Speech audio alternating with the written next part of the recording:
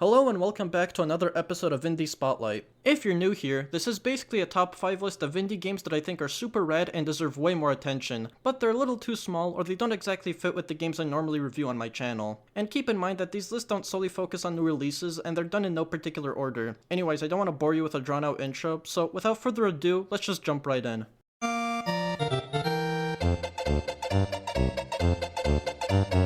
Upon first glance, you might think Garbanzo Quest is just a cutesy tribute to Super Mario World, and while that's not entirely incorrect, it really does a lot to make sure that it isn't just that. Actually, apart from the world map and aesthetic, there's really no other similarities between these two. Garbanzo Quest is a game where you play as a little man running around the land of Freedom Land, rescuing its wacky denizens from machines that are trying to take over. Some of these denizens that you rescue might even help you with your journey, like this dude who helps you equip power-ups or badges that are hidden in some levels. These will grant you a new ability like being able to leap, which will make you dodge through enemies and projectiles, flutter jump, and being able to bark, which damages anything near you. One of the most peculiar things about this game though is your inability to kill anything. Yeah, your main attack has you hawking up a fat loogie which just phases enemies out of existence. Same goes for the bark, and eventually they'll come back once they fully regen their health. This might seem a little weird and perhaps even a bit unnecessary, however it does actually add a good bit of depth and challenge. Especially in cases where you've got a lot of things happening on screen, you have to sort of prioritize your enemies and know which ones you need to pick out so you can quickly move past them before they reappear again.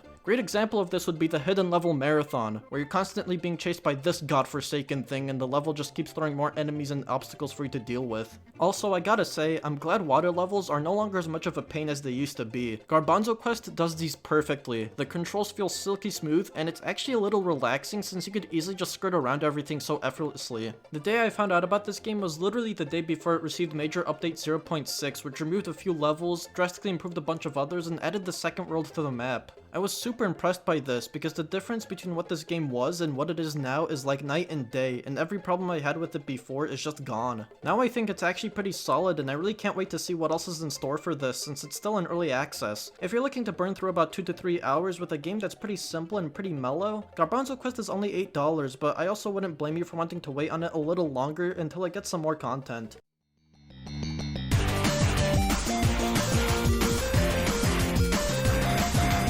I've had my eyes on Pizza Tower since its Sage 2019 demo that was only available through itch.io, and now just recently the game has been fully released on Steam, so now I finally have a chance to talk about it in all of its glory. Pizza Tower is a bit of a silly game where you play as a middle-aged Italian cook named Peppino who owns a pizza joint, but one day an evil floating pizza comes around and threatens to blow his business up. Or at least I think that's what the story is. I mean, all of it is presented in this parody of an anime intro. You climb up the pizza tower floor by floor, level by level, fighting the evil pizza's goons. Is that the Noid? Holy shit, they even got Mort the Chicken from the popular 2000s PlayStation 1 game Mort the Chicken. What the fuck? Anyways, Pizza Tower's gameplay is heavily inspired by the Wario Land series, which I'd hate to admit it, but I've never actually played those games before, so I can't really draw any comparisons. However, I will say that all you really need to know about the gameplay is that it's all about going as fast as possible. Yeah, you can take your time and explore each level, but there's hardly anything that stops you from gathering a fuck ton of momentum and just demolishing everything that gets in your way. Eventually, you're going to have to pick up the pace anyway, because every level ends with you backtracking all the way to the start under a very intense time limit. Which, apart from the bosses, this is the only other way you could die in this game. These final sections always fill me up with so much anxiety because I'm just terrible when it comes to time limits. But nevertheless, they are incredibly fun, and there really could not have been a better song to play during these frantic moments.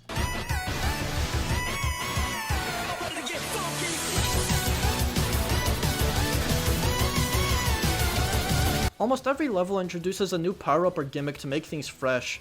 For example, in the level Oregano Desert, there's these cows that when you jump onto them, they launch you through the air. The aforementioned Mort the Chicken is a little power-up you can get that allows you to swing on these floating hooks, although my favorites have to be the human corpses you can surf on in the waste yard. It's super fun to breeze through parts of this level with these guys. I like these literal wiener dogs you can ride around on too. Just the idea of it is very funny to me.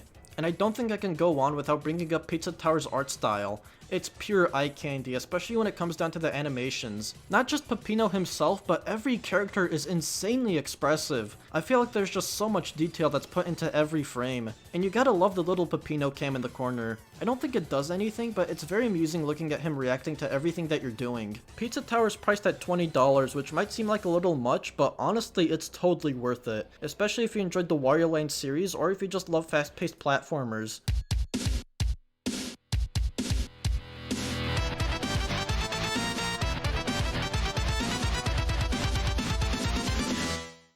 因为这个的话，咱们直播间1000多号兄弟啊，都在准备好看着这个特效礼物啊，好吧。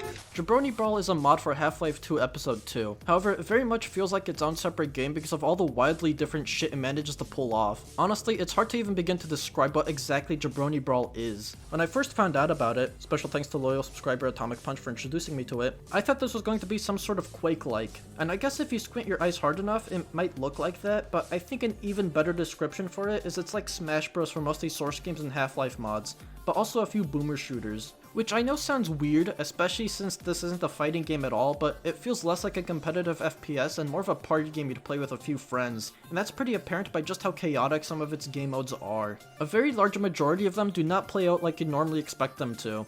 Like when it comes to deathmatch and battle royale, the game will randomly throw in modifiers to throw you in for a loop. Like I got dial-up here, which as you can plainly see made my game look about as clear as a bowl of oatmeal. Then there's other ones that force you to only use grenades, or another fun one I got was switching to tank controls. Sadly I didn't record it. While these might sound a little annoying or disruptive, personally for me, a lot of these modifiers actually make these game modes super entertaining as you're just waiting to see what random shit the game is going to throw at you next. Then you have Gun Game, which plays out much like a normal gun game. The only difference here is that I have to use the goofy ass weapons this game has. Why do my guns keep getting worse is a very accurate statement for this mode. You've got blunderbusses that shoot out watermelons, a gun that shoots out scientists, exploding cats, a normal looking pistol that has an alt fire that makes you fart for whatever reason, and my personal favorite, foul language. Fuck you, pal. Fuck you. Fuck you.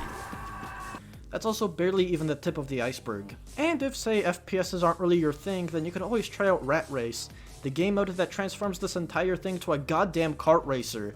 I mean, really, what more do you want at this point? Going back to the whole Smash Bros thing just for a sec too, everyone's here. You could play as the G-Man, Gordon Freeman, Santa Claus. Look, there's even the Postal Man.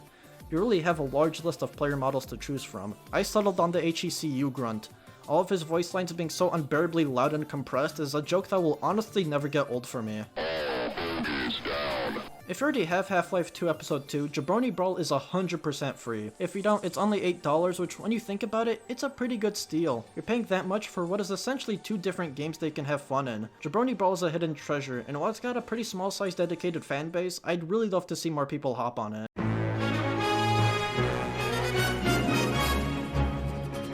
This game was requested by loyal subscriber 14pat. Now to be honest, he did want it to be covered in a full review, but this was months before I even started the series. And now that this is actually a thing, I feel like it's the perfect place to talk about this game, since it's very far from anything I typically play and would even enjoy, so I really don't feel like I'm very qualified to properly critique it. However, with the fairly short amount of time I've spent on Airships, I did actually have quite a bit of fun with it. Granted, I only barely understood what was going on. Airships is a good even mix of strategy and sandbox. You get the option of freely designing your airships, but not just that, you could also make land ships and even forts. Then when you've spent enough time making your catastrophe, I didn't even come up with that name, the game randomly picked it. It's very fitting. You could test your design by having it go up against another ship. If that sounds a little mundane for you, you could try out the Conquest mode, where you start up your own empire on a randomly generated map with different nations that you could set up diplomatic relations with, whether it's an alliance, trade treaty, defensive pact, or you could just straight up go to war with them with the ships that you build. Only difference here is that you're limited by the amount of money you have and the technology that you've researched. When I first saw this game, I was really sold on just being able to build my own airships. It looked cool in the trailers, and it's handled really well in game too. I expected it to be super complicated, but just going through the tutorial was all I needed to really understand a large majority of what I'll be doing. I really thought I'd spend a huge chunk of my time in this game's sandbox creative mode. But surprisingly, I actually enjoyed Conquest a little more, despite the fact that I'm terrible with strategy games like this, and that I'm not even really a huge fan of them to begin with. Now, I wasn't very good at this either, but that didn't bother me, mainly because I just found this game mode to be pretty slow and relaxing.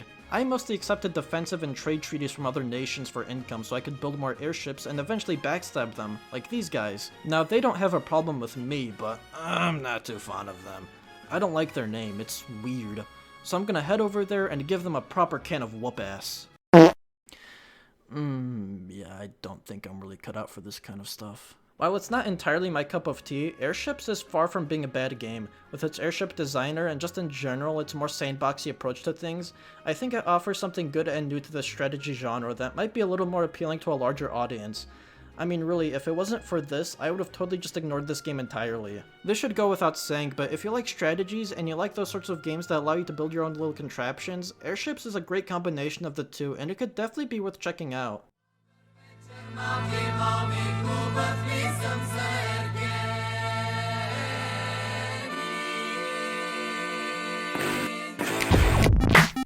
If you want a fighting game with a little more pizzazz, honestly look no further than Lethal League Blaze. I'll admit my knowledge in this genre is a bit limited, but I feel confident in saying that this is probably one of the most unique fighting games out there. And what makes it so different is that you're never throwing any punches, throwing fucking fireballs out of your hand, or even stringing together some crazy button combos. How you fight in Lethal League is just by hitting this ball around, and you keep hitting it till it starts going so fast you can't even begin to comprehend it, and at that point you're not even trying to do some fancy trick shots, you're just standing in one place, mashing the button to swing, praying to God that on the off chance you might hit it and not get completely obliterated.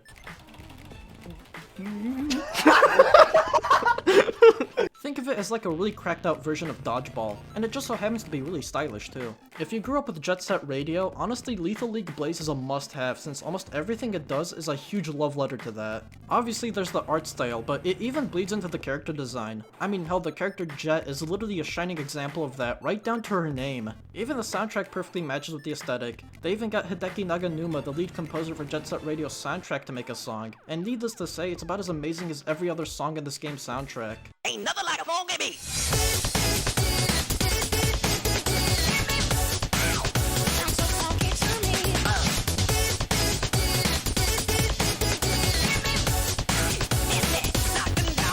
But looping back around to the gameplay, something I really like is how this game goes about making all of its characters play differently. Yeah, there's the obvious, some are faster than others, and they all have their unique specials and abilities, but going even deeper than that, all the characters make the ball travel in a different pattern depending on the direction they hit it in. For example, most of Candyman's swings will cause the ball to travel in a very erratic pattern, almost constantly ricocheting off walls, making it very deadly at high speeds. Sonata isn't as extreme, but I also found her angles to be a little tough to read since she causes the ball to travel in an almost wide diamond pattern sometimes. Truthfully, I'm not explaining this mechanic well since I'm just a very casual enjoyer of this game, but still, I find it to be so brilliant. I feel like it's so much more interesting to study every character's angles and learn how to predict them. It's really one of those things that ultimately makes Lethal League Blaze one of those easy to pick up, hard to master type games. If you're looking to buy this, I suggest grabbing a few friends to play it with. Yes, there's an online mode, however, it really lacks skill-based matchmaking. So unless if you don't mind getting your ass handed to you by people who've been playing for hundreds of hours, I'd stick to playing with friends. At least until you feel like you've practiced with them enough to where you feel somewhat comfortable about playing online. Maybe that might sound a little discouraging, but believe me, I had a blast getting footage for this. Oh my god.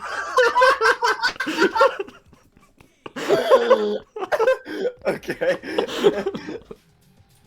I don't like the bubble. I don't like it either very much.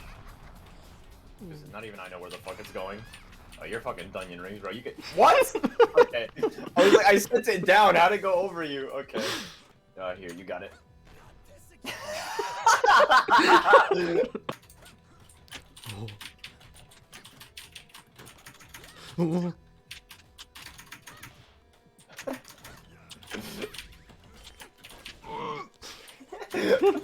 No!